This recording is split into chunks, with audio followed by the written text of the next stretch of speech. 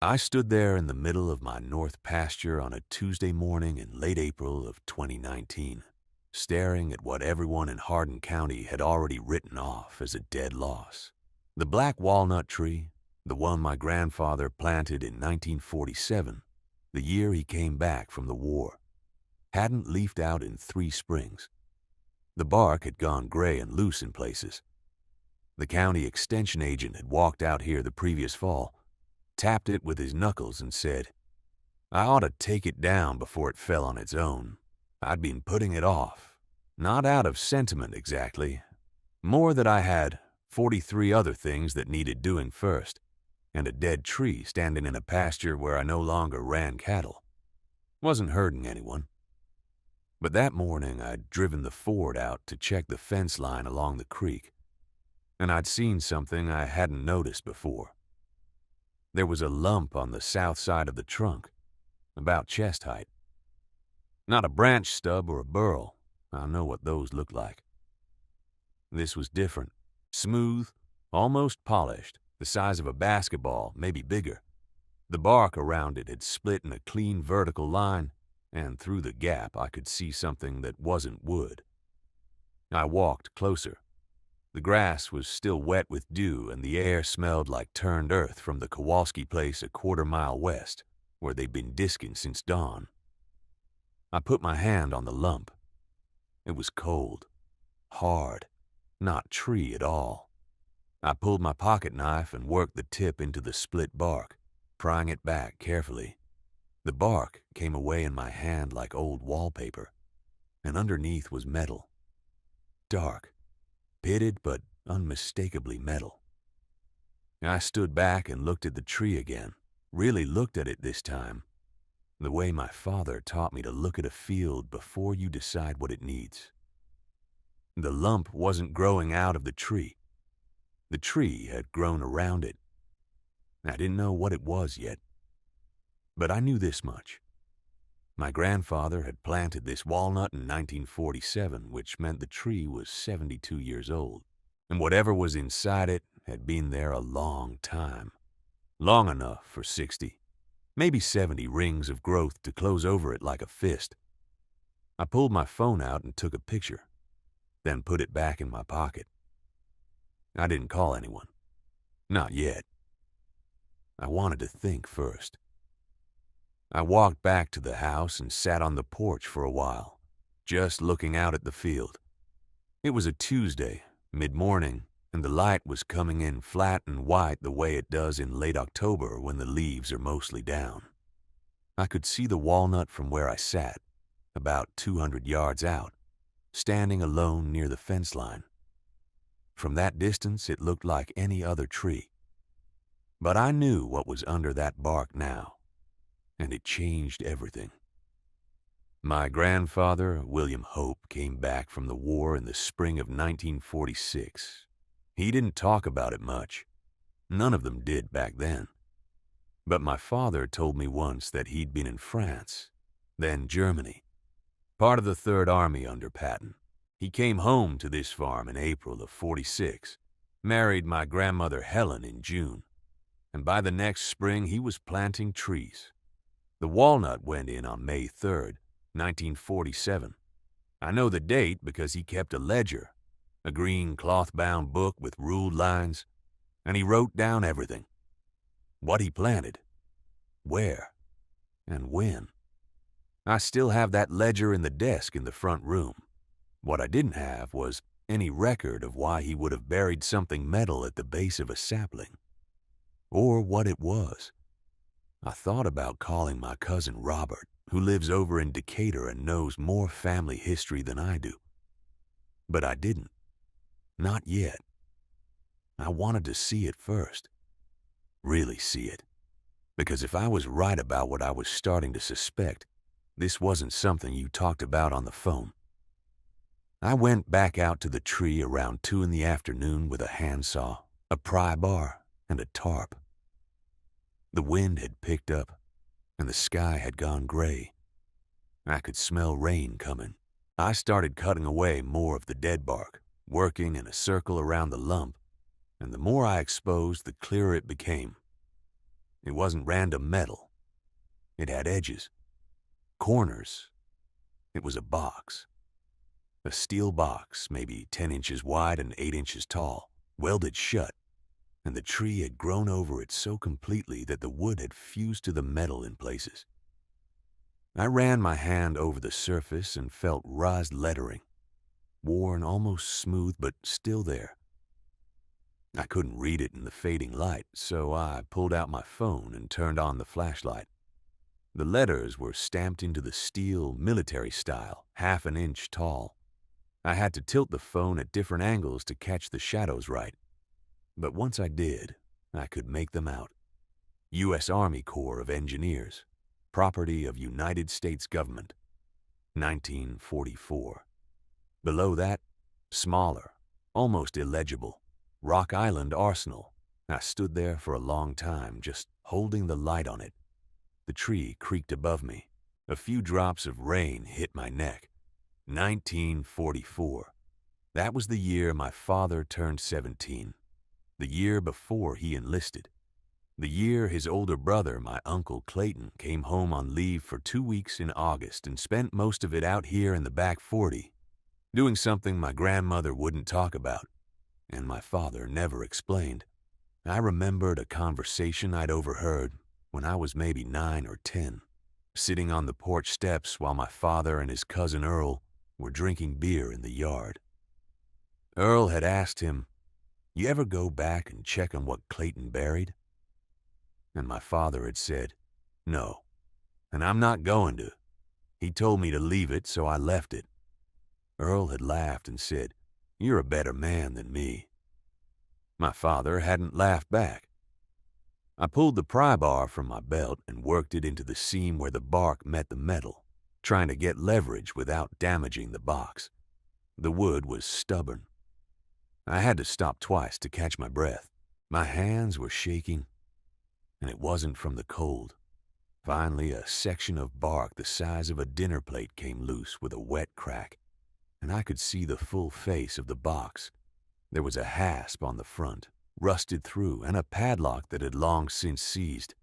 I tapped it with the bar and it crumbled into orange dust. The rain started in earnest then, cold and steady.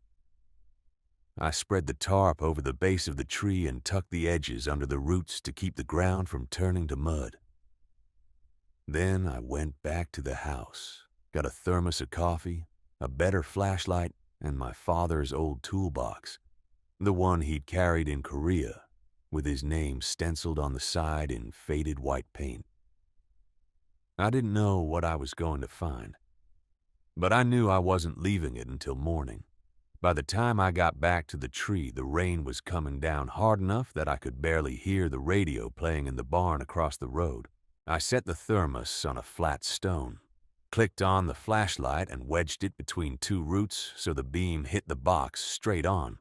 The metal was dark, almost black, with patches of rust eating through at the corners. It wasn't steel, too light for that, maybe tin or galvanized iron, the kind they used for document cases in the 40s and 50s.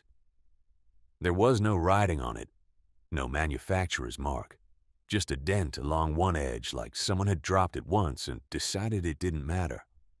I pulled the pry bar from my belt and worked it under the lid. The first try did nothing. The second bent the corner up just enough to get my fingers under. I pulled and the whole lid groaned but didn't give. I repositioned, braced my boot against the trunk and pulled again. This time, it came free all at once, and I nearly went backward into the mud. Inside, wrapped in oilcloth that had gone stiff and yellow, were 3 things: a leather journal about the size of a hymnal, a stack of envelopes tied with twine, and a small wooden box no bigger than a deck of cards. I lifted the journal out first. The oilcloth crackled as I peeled it back. The cover was embossed with initials, JTM, and the spine was cracked in 2 places. I opened it to the first page. The handwriting was tight and slanted, written in pencil that had faded to gray. The date at the top read, April 9th, 1953. The first line said, "If you are reading this, then I am gone, and the tree has finally given up what I could not." I read it twice. Then I looked up at the hollow, at the rain pooling in the bark, at the farm lights across the valley barely visible through the weather. Whoever JTM was, he had put this here 73 years ago, and he had known, somehow, that the tree would hold it until the right person came along. I didn't know if I was the right person, but I was the one standing there in the rain with his father's toolbox and a flashlight, and that was going to have to be enough. I sat down on the wet ground with my back against the trunk and read the rest by flashlight. JTM, James Theodore Morrow, had been a tenant farmer on this land in the early 50s, working 200 acres for a man named Horace Dunlap, who owned half the county and treated his tenants like they were renting air. Morrow had found something in the northeast corner of the property, near the old fence line that bordered the Kaskaskia tributary, a seam of clay that fired white and clean, the kind potters in St. Louis were paying $60 a ton for when corn was bringing $1.10 a bushel. He dug test pits at night, fired samples in a coffee can on his stove, and confirmed it. 3 acres of pure white clay, maybe 8 feet deep. He wrote that it could have cleared his debts, bought him his own place, sent his daughter to normal school in Maycomb. But the lease said anything under the ground belonged to Dunlap, and Dunlap was the kind of man who would have taken it all and given Morrow nothing but a handshake and an eviction notice for digging without permission. So Morrow buried the knowledge. He wrote it all down, the exact location, the depth, the quality, the St. Louis contacts who'd pay cash on delivery. And he hid it in the only place on the farm that was his and his alone. The hollow of the sycamore his daughter used to climb. The one tree Dunlap had promised in writing would never be cut, as long as Morrow kept the land in good order. He wrote that he hoped his daughter would come back someday, find the notebook, and use it when Dunlap was dead and the land had changed hands. But she never came back. She married a machinist from Peoria in 1954 and moved north, and Morrow died of a heart attack in the barn in 1956, 48 years old, and the notebook stayed in the tree. I looked up from the page. The rain had slowed to a mist. Across the valley, I could see the lights of the Hartman place, the same farm Dunlap used to own before it was subdivided and sold off in the 70s. The northeast corner Morrow described, I knew exactly where it was. It was part of the 12 acres the county had offered me in the settlement. I folded the notebook carefully and slipped it into my jacket. Then I stood up, clicked off the flashlight, and started back toward the truck. The next morning, I was at the county assessor's office before they opened. I had the notebook in my truck, but I left it there. No need to explain where I'd gotten the information. I just asked to see the original survey maps for the Hartman property, the ones from before the subdivision. The clerk, a woman named Phyllis Kern, who'd gone to school with my daughter, pulled the plat books without asking why. I spread them across the table under the fluorescent lights and traced the boundary lines with my finger. The northeast corner of the original Dunlap farm, what Morrow had described as the high ground past the second drainage tile outlet, was now split between 2 lots. One belonged to a man from Chicago who used it for hunting twice a year. The other was part of the 12 acres the county had offered me.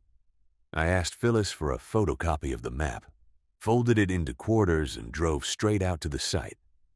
It took me 40 minutes to find the spot. The land had been graded and regraded over the decades, and the old tile lines were buried or broken. But I had Morrow's measurements, 218 feet northeast from the property corner, then 36 feet due east to a limestone outcrop he'd marked with an X in red pencil. The outcrop was still there, half covered in brush and wild grape. I paced it off twice to be sure. Then I started digging. The ground was soft from the rain. I used a post hole digger at first, then switched to a flat spade when I hit clay at 18 inches. At 2 feet down, the blade struck something solid. I cleared the dirt away with my hands. It was a metal box about the size of a car battery, wrapped in oilcloth and sealed with tar. The tar had cracked in places, but the cloth was still intact. I lifted it out carefully and set it on the grass. My hands were shaking. I peeled back the oilcloth. Inside was a lockbox, dark green with a brass latch and a keyhole stamped with the name Mosler Safe Company, Hamilton, Ohio. I didn't have a key. I carried the box back to the truck, set it on the passenger seat, and drove home. I didn't open it until I was standing in my own kitchen with the door locked and the blinds drawn. I used a chisel and a hammer. The latch was rusted, but the hinge pins were still good. It took me 20 minutes to work the chisel under the lip without bending the metal. When it finally popped open, the smell that came out was old paper and machine oil and something faintly sweet like dried tobacco. Inside were 3 things. The first was a leather journal, about 5 by 8 inches with a strap buckle and pages that had gone tan at the edges. The second was a stack of bills, $20 notes, maybe 40 of them, all from 1952, wrapped in a rubber band that disintegrated when I touched it.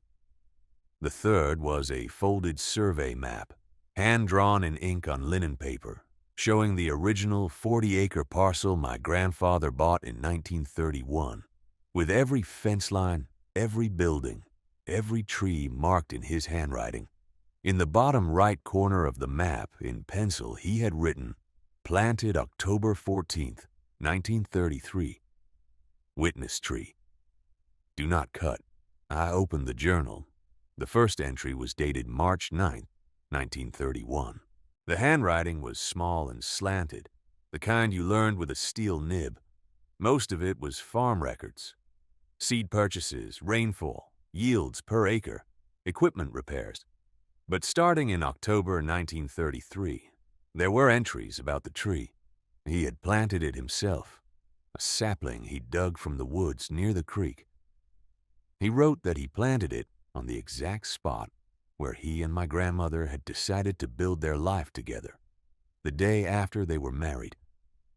He called it their witness tree. Over the years, he recorded its growth, height, trunk diameter, the year it first gave shade, the year a lightning strike took off a limb but didn't kill it. The last entry was from August 1964, 2 months before he died. It said, "Tree still stands, marks the center of everything. If you're reading this, you know where to look." I sat at the kitchen table for a long time, the journal open in front of me, the map spread out beside it. The money didn't matter. What mattered was that he had left a message, and I had found it 58 years later, because I had paid attention to a lump on a tree that everyone else said was dead. I called the bank the next morning, told them I'd have the payment in full by the end of the week. The woman on the phone, same one who'd sent the final notice, went quiet for a moment, then said she'd note it in the file. I didn't explain. Didn't need to. I took the box to the county assessor's office on Thursday. Showed them the deed, the survey map, the journal. They pulled the original plat from 1908, compared the measurements, confirmed the coordinates. The land had been annexed into the neighboring parcel in 1967, 3 years after my father died, during a county rezoning. No one had contested it because no one knew it existed. The assessor, a man about my age named Ed Kowalski, looked at me over his reading glasses and said, "Your father was a careful man." And I said, "Yes, he was." The developer's offer came in at $340,000. The land sat right where they needed road access for the second phase. Without it, they'd have to reroute around the creek, add a 1/4 mile of asphalt, and delay the project by a year. I took the offer, paid off the farm, the equipment loan, and the property taxes going back 2 years. put the rest into an account for my granddaughter's college. The tree came down in late October. I was there when they felled it. It took 4 men with chainsaws and a skidder to pull it over. When it hit the ground, the trunk split clean along the hollow where the box had been. Inside you could see the layers of rot, the beetle galleries, the soft punk wood that crumbled when you touched it. One of the crew said it was a miracle it hadn't come down in a storm years ago. I kept a section of the trunk about 2 feet long and set it on the porch next to the chair where I sit most evenings. It's not much to look at, just a piece of dead wood with a hole in the middle. But every time I see it, I think about my father standing in that field in 1946, planting a tree to mark the place where his life began, and leaving a message for someone he'd never meet. Sometimes the things that look dead are just waiting for the right person to notice. Sometimes the answers are buried so deep you have to be willing to dig past what everyone else sees. And sometimes the only way forward is to remember where you came from. If you've got your own witness tree, your own small piece of ground that nobody else believes in, I'd like to hear about it. Leave it in the comments, and if this story meant something to you, subscribe. There's more where this came from.